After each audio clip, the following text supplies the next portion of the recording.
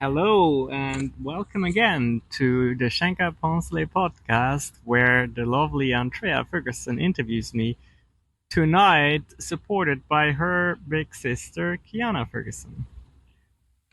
Hello. Yes.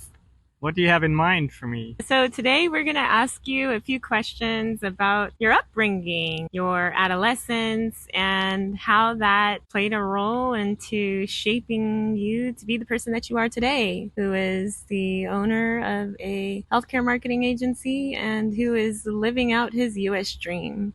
That sounds fantastic. What questions do you have? How would people describe you as a young boy? As a young boy, I was always very reserved, kept to myself, and sort of lived in my own world. My mom was a single parent and had to go to work, and I just was on my own a lot. Not alone, but on my own. She had neighbors look after me when she was at work, but usually I was not with other kids and just did my thing. How would your family describe you? Like your cousins, your aunt, uncle, extended family, maybe? They always said I was way too serious. They said I should start enjoying life a little bit. I was still young, and I don't know what they necessarily meant by that, but it was true that I was a very serious child. Was never one to be silly. Like participating in shenanigans, getting in trouble, Right. those kinds of things. Yeah. I think I always cared about having short hair, about having clothes that were not too crazy, not too colorful. And I remember them saying, you need to loosen up a little bit, and you'll see when you get older, you'll have long hair and crazy clothes, and that never happened. So, how about your teachers? How would they describe you? As a quiet student, very serious, and a good student. I was always praised for being a good student. I won a lot of awards. Almost every year, I won some kind of academic award because in Luxembourg, they automatically submit everybody's results to like a national competition. You don't have to participate, like to declare your participation. They just make you participate, and then when you're in the top like 100, I believe, they organize a nationwide ceremony where you're invited, and some government official hands you over an award, and it comes with free books and gift cards for libraries and stuff like that. So several times I was the best student in the French language, English language, and also in mathematics. Did you ever have that kind of external stimulus or motivation to do really good in academics? No, there were two parts to my academic journey as a child and adolescent. The first one was the first 6 years of primary school, and I lived in a small village in the north of the country, and that's where I was home a lot or with my neighbors, and my mom was working. And according to her, during the first 2 years of that primary school time, I was sometimes having learning difficulties. I cannot remember that, but she said when she worked full time, she was way too much that would impact my outcomes. And then she went part time and got these neighbors to look after me. And by the way, those were awesome times because the neighbors were farmers, and I was participating, helping on the farm with the tractors and the cows, milking the cows and doing all the chores with the pigs and the animals. After the first 6 years in Luxembourg, you go to high school, and the high school is not necessarily within reasonable driving distance to where you live. Not like here, where mostly every city has its high school system. In Luxembourg, it's more like regional. Where I lived, I would have had to drive probably 1 to 2 hours by bus to get to the high school, which led me to want to go to a boarding school. And I picked a boarding school in a village called Echternach, which would have been probably between 2 and 3 hours drive time from where we lived. So on top of that, I wanted to be at a boarding school because I had read a lot of books that dealt with a group of young people having a lot of fun at boarding school. So I went to boarding school, and pretty much after the that so for the seventh school year, if you will, I was from the seventh school year on, I was at boarding school, which we refer to as high school. I understand that is kind of divided up in middle school and high school here in the US, but for us, high school has 7 years, and that's it. And during those 7 years, I was basically under the supervision of educators at boarding school who had a lot more work taking care of my peers at boarding school because they were all troublemakers. Most of the boys were sent there because they were like difficult characters and the parents were overwhelmed. So This was not the case with us. So, in other words, I was very self-driven. self-driven and also self supervised because my mom didn't get to see a single grade during those 7 years because my educators at boarding school would sign the grades, and yeah, once a year I guess she saw the report card, or once a trimester. But yeah, and she didn't have to worry because I was just I had very high standards for myself. Your mother made a lot of sacrifices because she went from working full time, cutting that back to make sure she could stay home with you and that you could be all right academically. And then when you and your self-determined, self-driven self decided, okay, I want to go to boarding school, it wasn't out of being a mischievous kid or anything like that. And then you went to school and you were always, even up to that point, academically, your performance was really high and you were a high achiever. And so I also remember you having stories about you talk about farming as well. So there was a lot of life experience you got out of that. And then having her carry you on her back, right? Didn't she used to do that a lot while you were young to basically take care of you by herself as a single mother with gardening and all of that? Yeah, yeah, we had limited financial means because there must have been a time, maybe kindergarten or pre-kindergarten, where she wanted to not give me away to babysitters or neighbors, and she must have stopped working altogether. And since our income was very limited, she had to be a provider to us. And yes, she had a garden she tended to, but the garden was like crazy far away, and it was really like a 2 or 3 hour walk one way. And she would carry me on her back walking to that garden. Luxembourg has, in the northern part of the country, has very hilly terrain, so lots of valleys and going down and going back up. And she, during the summer or whenever you have to work a lot in the garden, we would make that trip daily. Yeah, she definitely sacrificed a lot to be there for me. Shout out to Blanche. All right. So fast forwarding back to boarding school. So you're there. How long is boarding school again?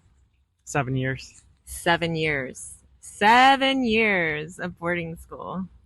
Can you imagine? No? So, what were some incredible memories that you have that really helped to shape those years that you carried with you, even up to your entrepreneurial days?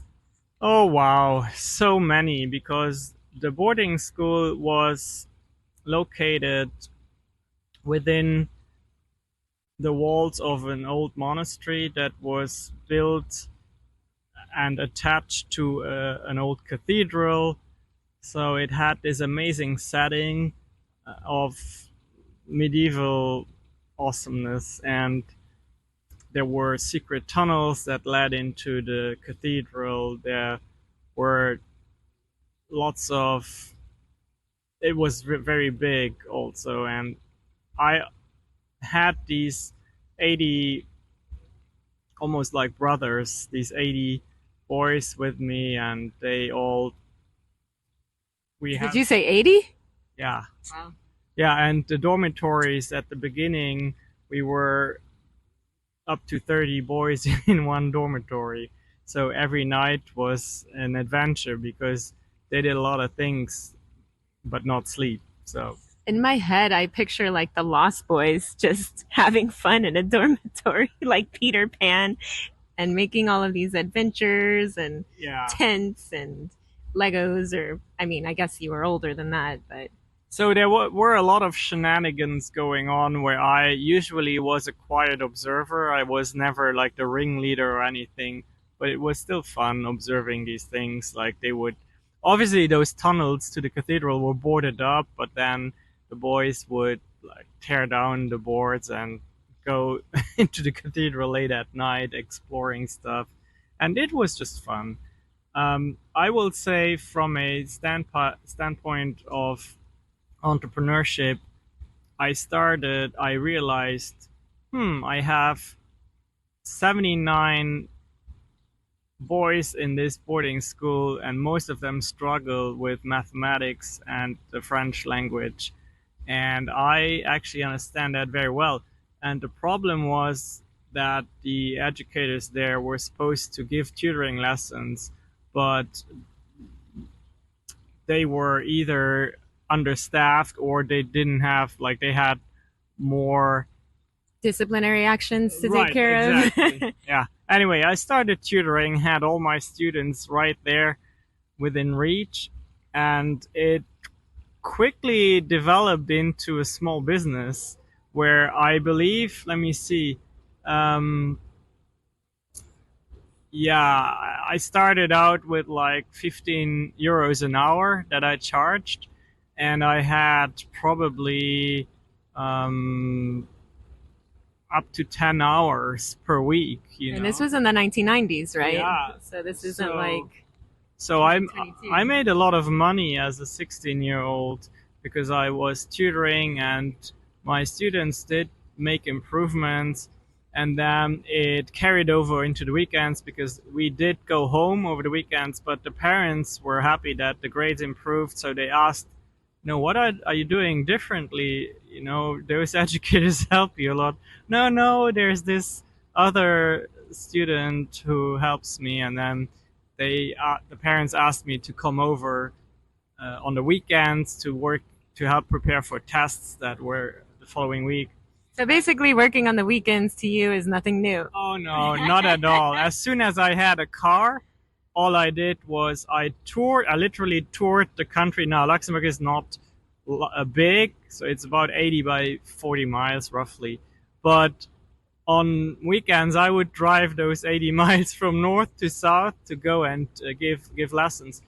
And you know how it is. You have one influential parent in a village, and they say, "Oh, I have this awesome tutor," and I just conquered entire streets like that, where I really made good money as in my tutoring, and I took that money and reinvested it into very advanced calculators because I had I gave mathematic lessons, and a lot of the problems that the students had to solve required many calculations where you had to use graphs and find intersections and all of that.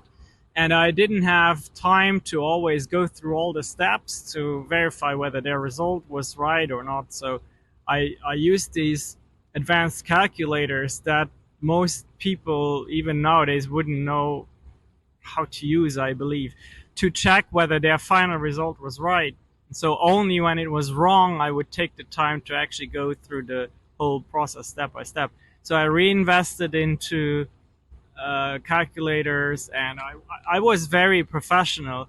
I had a uniform, I had business cards, and I always dressed the same. I had all my utensils, my equipment was branded because it mattered. Unknowingly, the parents, I had a brand, a personal brand. So yeah, that's where my love for entrepreneurship definitely started. I love that. I love that story so much because you are really truly being yourself, and you re-fortified your own education by basically nonstop going through math, going through French, and to this day, you're very strong in those subjects. And actually, when you came over to the US, you were still tutoring. Is that right? Yeah, well, to this day, I have. Um, it's nice when I look on Facebook and even on LinkedIn now. I have my old students who now have jobs and careers. That's nice. But yeah, you're right. So when I came to the US, I felt the need to continue tutoring because I actually enjoyed it a lot. So before I started making websites, I actually had a business called Tutorch LLC. I remember that. Yeah, that was about tutoring, and in certain regions of the United States, you can make a good living if you get certified as a nurse, and it is something I believe that you can invest relatively decent, reasonable amount of time and pass some exams, and then you are a registered nurse and you make more money. So a lot of people decided to make that upgrade to their careers. So Like, you help people with their portfolio and their profile and their yes, resumes by continuing to help them advance with continuing education. yeah. So I didn't tutor the students at university because a they had free access to tutors, but I tutored the community, like 30, 40-year olds who wanted to, mostly all of them wanted to pass those tests for nursing. And Well, so it was a lot of statistics again, and mathematics. so this definitely shows up in our business because I know that when you're dealing with tech and IT and you are helping troubleshoot on the phone or through screen sharing or even just recording videos, it's like you use the language that they understand, which is sometimes difficult, and it's a skill for sure that you have just been perfecting over time. So I think that that is also one really strong thing you bring, is that you're not someone who's just skilled in what you do. You're someone who understands how to transfer that skill, transfer the knowledge, because you've been doing it literally for decades. And in this age of DIY, do it yourself, everybody that gets a certificate in 6 weeks is supposed to be qualified to transfer their knowledge. We know that's not the case because there's a lot of people who spend thousands of dollars to go to universities and have a professor that can't teach, for example. So I think that that is something you should certainly recognize if you're listening to this, and understand that Shankar has been doing this for a very long, long time Yeah, and seen results. that's a good idea. I have started this new program, socialmediacontentmaster.com, which is really way more than telling people what they should post on a daily basis. Yeah, it's that too. But since we meet every day for half an hour, I get to teach a lot, and I have started doing that. I'm not just giving a content prompt, but I'm teaching something about either time management or marketing or visibility, something along those lines. I basically have a lifetime worth of experience of knowledge transfer. Absolutely. And if you're hearing a waterfall in the background, it is because we are at Hotel Menger, that has been around since the Alamo has been here, Yeah, basically. since 1889 was when the hotel was established. But I believe that our audience won't hear the fountain because of the good microphone you got us. Well, awesome. In any case, we're here in San Antonio, Texas, in this beautiful Mexican garden outside, right next to the Alamo at the Hotel Menger. I want to tell a fun fact about how I got to know the Hotel Menger. Tell a fun fact. All right. So I love going to the sauna. I love going to the sauna. But here in the United States, it's very difficult to find saunas the way we do it in the United States, in Europe. Most of the time, when you find a sauna here, it's not hot enough, or people at gyms kind of use it more like to get warmed up. They go in with the clothes, and yeah. Anyway, so I came to San Antonio because I really wanted to live here, and I thought to myself, such a historic hotel must have a good sauna. So I came into the Hotel Menger reception and I said, "Do you have a great sauna here?" And the clerk said, "No, but not too far away there's the hotel, the Moquera Hotel and Spa, and they have a great sauna. And you can tell them that I sent you." So off I went to the hotel, Moquera and Spa, and I asked, "Hey, do you have that amazing sauna?" And they sure did. So I went in, enjoyed the sauna, came out, and Philip was the supervisor of the sauna. So I told Philip, "Listen, I'm so grateful that you have this sauna here and that you have it at very high standards. Everything is clean, it's hot enough, you have water, you have fruit, you have nuts, you have a room to relax." And he was so happy. He said, "You know what? Here's my business card. I write something on the back of the business card. And you can come to the sauna for free whenever you want." And that was actually in effect for about 2 years. Then he took a new job, but I could walk in, and I'll show you that hotel tonight. I could walk in whenever I want, and the staff just said, "Okay, good evening, Mr. Poncelet." And I walked to the sauna, had my session, went to the, and this is a luxury hotel. Went to the relax room, got served hot tea, fruits and nuts, and yeah, that is how San Antonio welcomed me. And was it not for the great clerk at Hotel Menger, I would not have known about the Hotel Moquera Spa and Sauna. That is so sweet. Let's go and see if we can still test it out. Yep. It's no longer. That perk is gone. All right. Well, let us know if you come through San Antonio Hotel Menger, or if you're downtown or you're next to the Alamo, and what your favorite feature is. We hope that you have enjoyed this episode, and stay tuned for another. Absolutely. Bye bye. Bye bye.